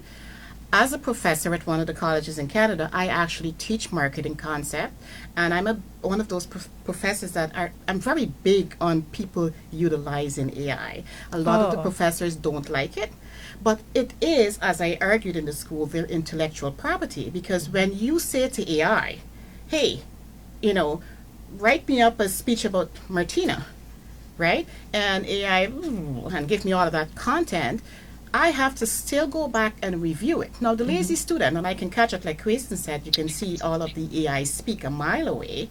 I can catch that. I will say, okay, well, you put no thought or effort into this, but here is the thing. Go back to the drawing board and now tweak it so it sounds like you. And of course, AI also could be incorrect, because sometimes it pulls information from and it will tell you whether it has pulled information by the yes, that this information is not correct. Exactly. It will tell you that. So I like it. I think it increases efficiency. But coming back to the Evolve, the whole idea behind it was, okay, first of all, Guyana is evolving. Everybody knows that. It's a talk of the tongue, right? Guyana is evolving, Guyana is evolving. But here's the thing that we have to understand. With any rapidly developing economy, there's going to need to be some changes. It is going to need to be some mindset shift. And much like we went out into the first world countries, they weren't always first world. They were developed over time. So much like we went out there, the whole concept of reverse brain drain is for all those people who went out there to come back and bring what they have learned and what they've been exposed to, and now we can collaborate. I think it was Dr. Dorga in his presentation at the Evolve that said, listen, at some point, Guides, unfortunately, you'll have to face the possibility that all of these other countries will be here. Yes. And much like you go to North America, if you talk to someone sitting next to you in the office, where are your parents from? Portugal, Spain. It's going to be very much that kind of melting pot situation. So I thought, why don't we capitalize on it? Why don't we have people take a really good look at what you can do now? Now that Guyana is what I call on the first floor of its own evolution. There's so much more left, and I think people don't realize that. So that's what we were capitalizing on. Do you think you've met your objectives with the event, and highlight some of the objectives you felt that you met? Well, I'll tell you what, a lot of people, even Dr. Vishnu Durga, who is, you would say that he's a very advanced person, and he said, I'm sitting here and I've learned something. And I'm asking myself, why haven't I done that? I've had a She is a manager, I think, at one of the mining companies. And she went yesterday at 9:30, just like she said at that, at the Evolve seminar, and met with Richard Asava. She took her daughter with her, right? Yeah. To me, that's progress right there. She was able to network with and somebody. she was able to network, but also to open account at the GBTI through Guyana Americas and invest something that she hadn't no information on before. Yeah. I should mention this. As much as Evolve, because like I said, we married to Concept, is this year. Last year, I held something where Richard Asava presented as well. And he did that on investing. So I'm this big investing person. I've had years and years of experience in investing, both in Guyana, before you guys were born, possibly, at Guyana National Cooperative Bank. And then I went and I taught it in high school as well at Mackenzie High School. I taught principles of business, which is kind of a diluted form of economics. And, so that I went to North America. And, I worked for about 25 years trading stocks and bonds and mutual funds and everything else in between. And then do branch management, compliance, everything to do with finances. And now I teach it. So it's just to take all of that information and say, here, what can we do to try to improve things here at a very, simplistic level. Let's put it that way, right? So that was what the Evolve was about primarily. And I'll tell you, I felt pretty good about it because I got a lot of feedback. On the spot, I did some kind of walk around and ask. And in some cases, people came up to me and said, hey, Michelle, this was really quite good. I learned quite a few things, or I have people send that to me. So I thought the objectives were achieved. And we married older people with younger people. Like in my community speakers, I had Jane Miller, I had Vishnu, I had, then I had Mikhail, who's my moderator. But in the community speakers, I had Pretty Paul from Ganport Inc. I had Umesh, who is the Umesh Balmakun, who is the commission from the Trade Commission, Canada Trade Commission. So there was this, and of course Matthew Gall, who rounded it up, because this is a young man that I truly admire because he commands a lot of the community. Let's put it that way. Yeah. And so you kind of married the not so young. And the young. And you get two different kind of, I guess, ideas, talks, suggestions, experiences, expertise, etc. And of course, you need to involve both generations, because you want to meet the not so young where they are to take them there, and the younger ones who are already there, but you want to groom them into the direction that they should go. And talking about benefits, one of your guests, Rita Sukrit, she reached out to me today via email, and she wants to connect. So, and I know you did mention her name a moment ago. So I think the networking aspect, I can say that worked for me, and understanding that right now I consume a lot more than I post. Even though I'm in the business of content creation, I really don't like posting unless it's like a training and I post in real time. Outside of that, I like my personal life, I'll post something 5 days from now that you might think is happening now. And this brings me now to you, Quaison, because you talked about creating content and how times have changed, how this digital transformation has happened. Tell me, what advice would you give to content creators who want to leverage AI and the digital tools to build their brands? Well, honestly, the first thing I would say is just to post. It's really all about reps and practice. There's no answer I could give you that will solve any problems for your audience or anybody listening, right? It's just about doing the reps. I've done so many reps when it comes to utilizing AI with my content creation that it's become easy for me. The question when it comes to creating content and using AI to do so is, if you're about to do something, any task, ask how can AI improve it, or ask how you can replace the task with AI. That's what I do every day. Anything that I do with content, I just try to use AI to do it instead.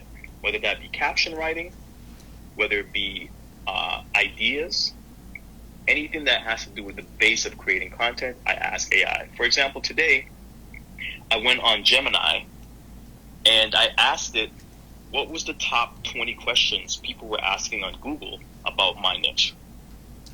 It gave me the 20 questions, and now I have 20 pieces of content. Because Right, you're so- targeting what people are looking out for. Okay. Exactly. And I know you did mention that you ask AI what are the most popular hashtags on the topic that you're working on too. Yeah, so I ask it for everything. Even when I do the description for my YouTube videos, I say, based on this transcript, can you insert the best SEO keywords without changing the tone? And it does that. And then it will actually list all of the SEO keywords that it included in my description, which helps me with my searchability, which gets me more views. All right, so my last question to you, Quezon, so you can go back inside before your son comes looking for you. I would like you to identify a few of the top AI tools and platforms that our listeners can use and benefit from. There are so many. It's almost getting to a point of saturation. I use two primary tools. I use Gemini and ChatGPT. The differences between Gemini and ChatGPT is that I find that Gemini is more human in its responses. So, and it also, because it's connected to Google, it gives me better answers when it comes to research for YouTube and certain other platforms. I find it to be a little bit more accurate for content creation. When I want to do large tasks that are complex, I do that with ChatGPT. For example, the outline for a book that I was writing, I use ChatGPT for that because it deals with a lot more complex tasks. So it really depends on what you're looking for. People that are in corporate environment have a tendency to use, I think it's a Microsoft one. I'm not sure what it's called. Copilot, yes. Yes. I've tried it. Instantly was not my thing, right? Okay. So you have to try a bunch of different ones and see which one works best for you. But my personal favorite for content creation is Gemini, 100%. Yeah, I like Gemini and ChatGPT as well. And then I sit and I work between the two of them and decide which one. But I also navigate a little bit on Perplexity AI. Yeah. Yeah. So there's so many different ones, but like I said, it's all about your prompts, and as good as your base knowledge is as good as the results you're going to get. So as long as you're aware of that, then it doesn't really matter which one you use because the base knowledge is what counts more than anything else. Awesome. Quezon, I want to say thank you so much for joining us, and of course the time that you're taking out from your family to be part of the program, especially after long travels and a hectic week and weekend. Thanks once again, and you will continue to hear from me for sure. All right. So Thank you for having me. You're most welcome. Michelle, last question to you on Evolve. When is Evolve 2? You know, it's if you had asked me this question just before the event, when everything in my mind was fairly chaotic, I would have said never. I'll be quite Well, candid. there has to be Evolve 2. I was quite candid. But then I had people like Rochelle Parsram. She's like, you have to go a bit bigger as well, too. You know, we're here, we'll support you. And then I had a couple of people ask me as well. And I thought, well, why not? Because it just really touched literally, just a little tip of the iceberg. It was nothing. You know what I mean. And then I have people like Dr. Vishnu Durga who said, Michelle, that was really excellent. I have learned things from it. And I thought, okay, we've got to do Evolve too. Yeah, I think the intimate setting yes. really made it more impactful. When you're gonna fill it up in a room with 200 people, No, we're not doing that. then it's good. I love the intimate setting. I was able to ask questions. I learned everything, and we were able to not minimize the number of questions, but yes, less people. Yes, less people, less interruptions with questions and so on. Because if you had 200 people, it's 200 questions. But you got 50 people, 50 questions. We maximize the time. Absolutely. So I liked that intimate setting. So Evolve 2, do you have a timeline you're thinking already? I will say August is not, I've learned something, it's not really a good time. A lot of people were on vacation. A lot of people said, Yeah. Michelle, I wish that you had kept it, maybe in June, kind of, early June. Or, last year when I had the Saving and Investment Basic with Richard Isava, and again, that was really small, and I did it at the One Sat office on the first floor of the Amici building. So we had this open space. I had about 45 people, and Richard is a phenomenal presenter, by the way. And he was able to talk about investing, talk about mutual funds. Some people had no concept of what a mutual fund was, and yet still we had about, I think, right immediately after that, I had about 5 persons who opened mutual fund account because I actually walked them through it. Wow. And then send them over to Richard and his assistant, Moisha, and they got them set up. So very tangible. That's what I want. I think it gets lost a bit in translation if it's too many people. Yeah. So I was able to kind of, see the return on the investment in that way. So I'm thinking October, which is what last year's October. event was, yeah. All right. So I'm looking out for Evolve 2 in October. But before we get there, September 7th, this is Saturday, we're going to be attending the digital conference at the Princess Ramada. It's an all-day event. If you hadn't signed up, find out from somebody who signed up and ask them to share the information with you, because you don't want to miss it. If you're missing it in person, still, you can network and not miss it. All right? This brings us to the end of the 3rd segment. And tonight we're going to do 5 segments, but the other 2 are pretty short, 10 minutes and then 5 minutes to wrap up the evening at 20 hours. Ladies, I want to say thank you so much. It's been informative, and I'm looking forward to hearing and seeing more from your organization and business in Guyana. Thank you once again. We're going to take a quick break, and when we come back, we'll be hearing from the Small Business Bureau about the 2 entrepreneurial training programs that they're having back-to-back tomorrow and the following day. Stay tuned to the Women Empowerment Program. Your riddle of the day, your Guyanese fun fact, your celebrity birthdays, and of course, your everyday lunchtime gal.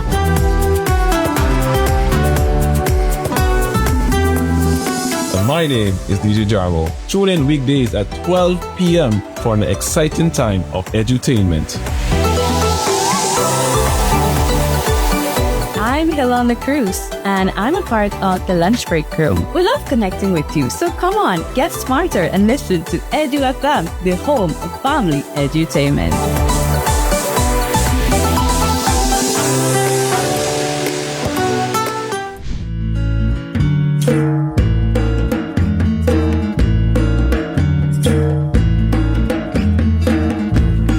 Good morning. Buenos dias. Bon dia. Welcome to the New Day Show on EdYou FM. The New Day Show fosters a passion for learning, reaching audiences near and far, ensuring equal educational opportunities for all. For the best musical selections and the gist on what's going on in the 592 and the tech world, the New Day Show is your morning picker-upper. For up-to-date information and the latest news, tune in to the New Day Show weekdays from 7 to 9 a.m.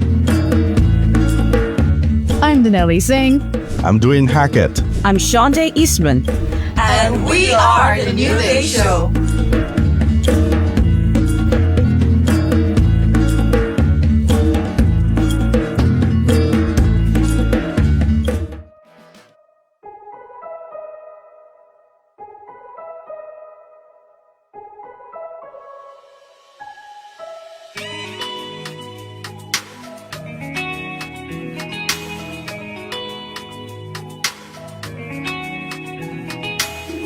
You are the one who keeps me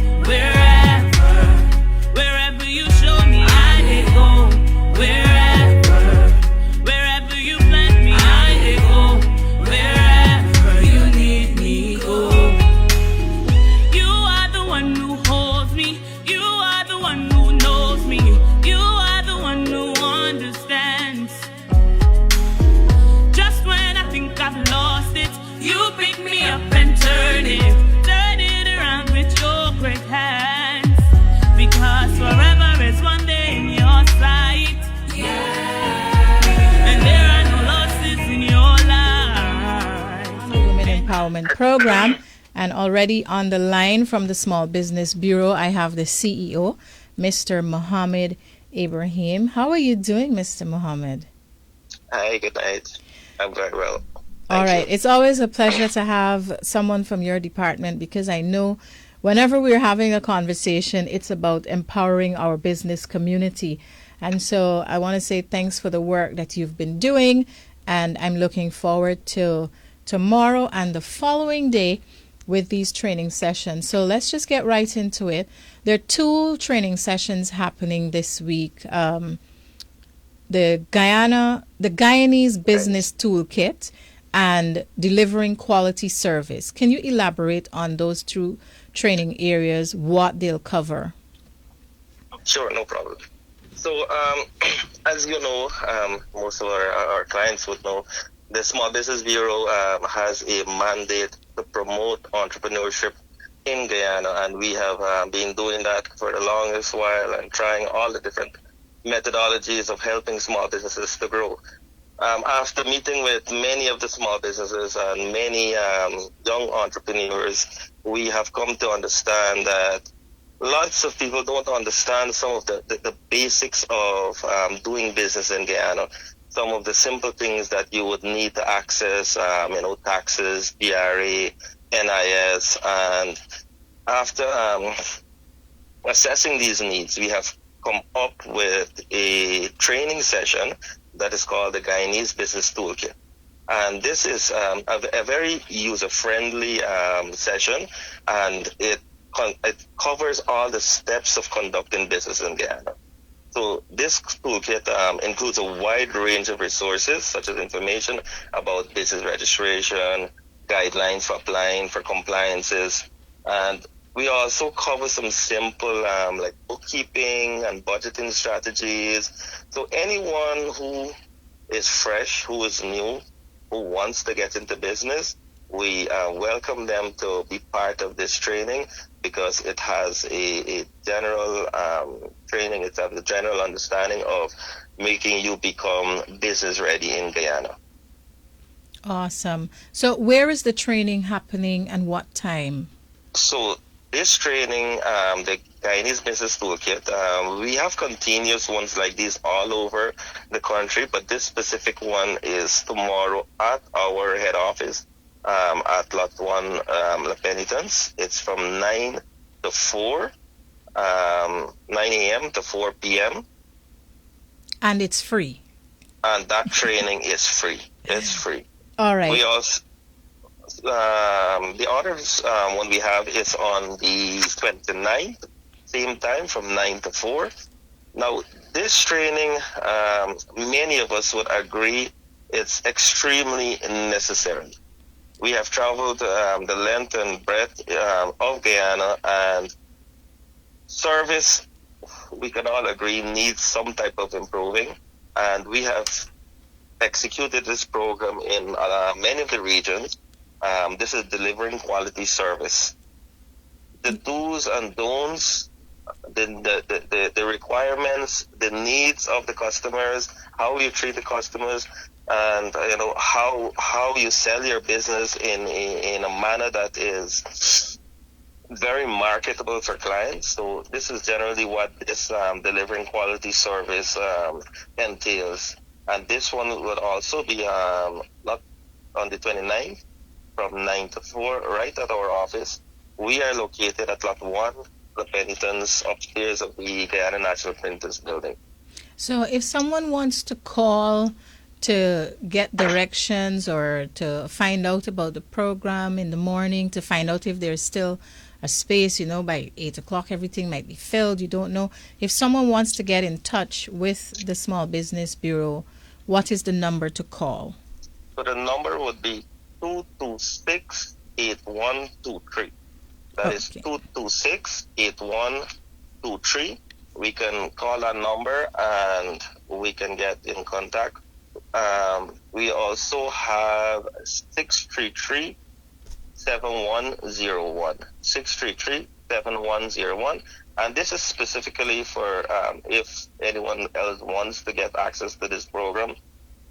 They can also follow on our website or our Facebook page, Small Business Bureau Guyana, and we will have updates there, and they can leave comments. We always try to answer them, and they can see when the next training of this sort comes out. I just want to reiterate, if you're now joining the program, the Small Business Bureau is having 2 days of training sessions. One session on August 28th, which is tomorrow, is on the Guyanese Business Toolkit, helping you to understand what is needed for you to navigate, whether it's GRA, NIS, all the registration compliances that you need. That is on the 28th of August. And then the second training on the 29th of August is about delivering quality service. You know, how are you going to improve to serve your customers? And if you want to know more about the programs, you want to register, it's not too late. You can still do that. You can go to the Small Business Bureau Facebook page right now, and you will see the link there for registration. Or early in the morning, you can call 226-8123, or you can also call or WhatsApp 633-7107. Mr. Ibrahim, I know there are a lot of other things happening at the Small Business Bureau. You also have something that is called the Green Business Technology Fund. You can get up to $1 million for your project. When is the deadline for application for that? I saw that it was extended. Yes, correct. So the Green Technology Fund, this is an exciting venture. We do have some people bringing in all types of proposals. I can't give out those, but the deadline we have extended up to September the 30th, and that there, yes, you are correct. You can access up to $1 million in funding. You just have to come up with any idea that will help our environment. So something that will help our environment, and it has any type of improved business processes. So technology can mean, anything with computer or any type of improved business processes. So you just come up with that proposal, and you send it in to us, and then we will grade it, and then you can come in and do a pitch, and you can access that funding. What I'm going to do, I think I'm going to want to give you a good half an hour to talk about this initiative, and we can schedule a day before September 30th. But I want to say thanks for giving us the information about the training sessions that are happening tomorrow and again and on Thursday as well. For listeners, if you want to get be part of that training, check the Small Business Bureau Facebook page or call 226-8123. The first training is tomorrow. It starts around 10 o'clock, and on the following day, there's another training session. There is still time to sign up. Mr. Ibrahim, thank you so much, and you'll be hearing from us. No problem. You're welcome. Bye. Bye-bye. All right. So if you missed any information from Mr. Ibrahim and you want to get that back, just go to our Facebook page and go back to the interview, and he started at 19 hours 50, and you'll get that information. You can also check the Small Business Bureau's Facebook page to find out about that training that's happening tomorrow and again on Thursday. Not again, it's a different training that's happening on Thursday. So go ahead, find out, sign up. Don't miss the opportunity. If you think it's too late for you to prepare yourself for the training tomorrow, just remember there's a training on Thursday to help you improve with the delivery of your service of your business. All right, our final guest. It's just to say a quick thank you, and I have her on the line, Marlisa Osborne, the organizer and founder of Glide, GY, the roller skating event that happened on Saturday.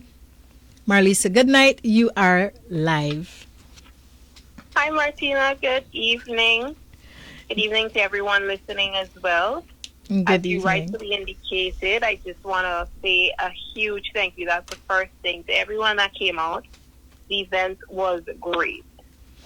I had fun. What was the biggest thing for you on that night? I know there were so many major things that happened. and I found it was impressive. But for you, what was your biggest joy of the night?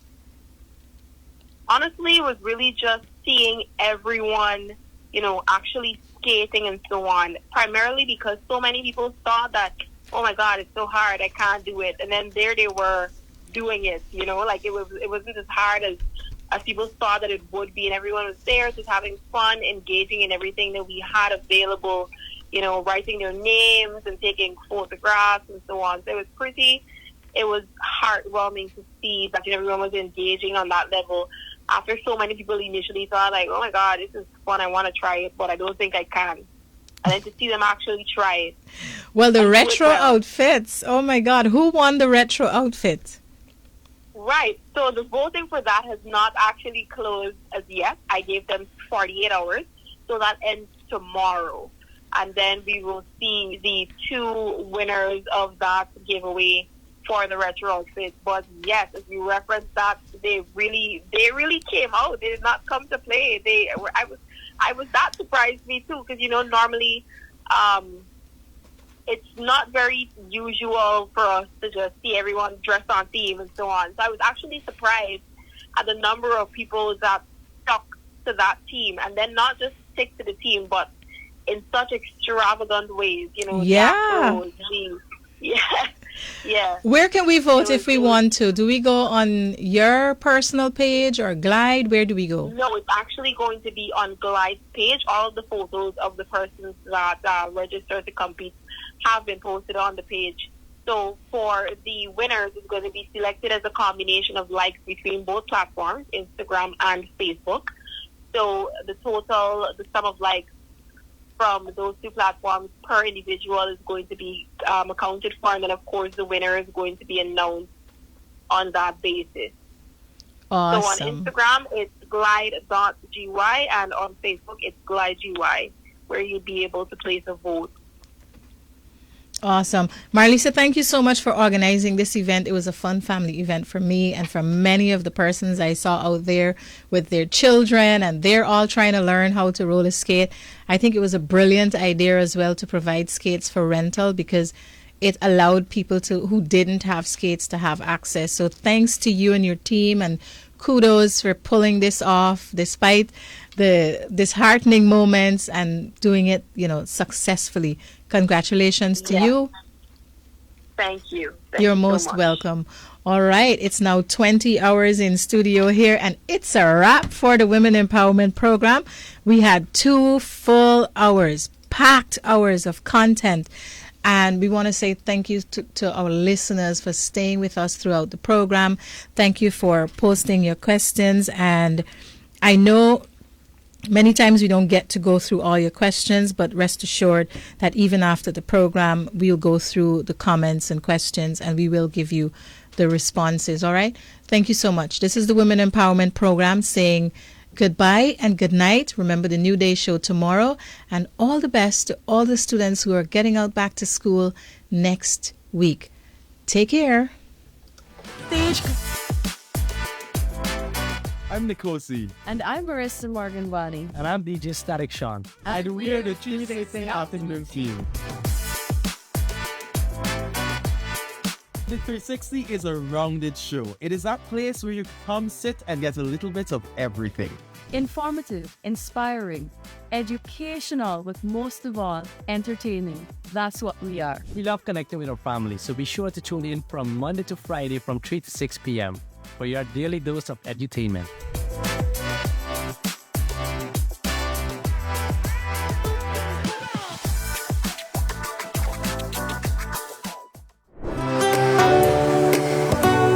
Hi, my name is Caroline Samuel, and I am the host of The Lunch Break here on EdYou FM. There's no better way to spend your lunch break. We have your riddle of the day, your Guyanese fun fact, your celebrity birthdays, and of course, your everyday lunchtime gal.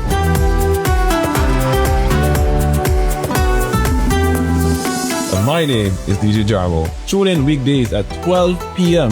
for an exciting time of edutainment. Hi, I'm Hilana Cruz, and I'm a part of the Lunch Break crew. We love connecting with you, so come on, get smarter and listen to EdYou FM, the home of family edutainment.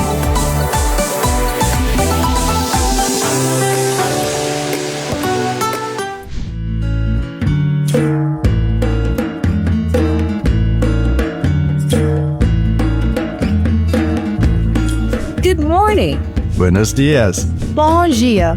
Welcome to the New Day Show on EdYou FM. The New Day Show fosters a passion for learning, reaching audiences near and far, ensuring equal educational opportunities for all.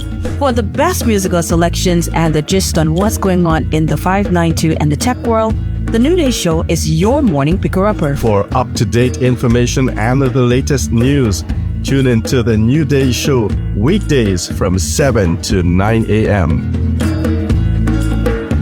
I'm Danelli Singh.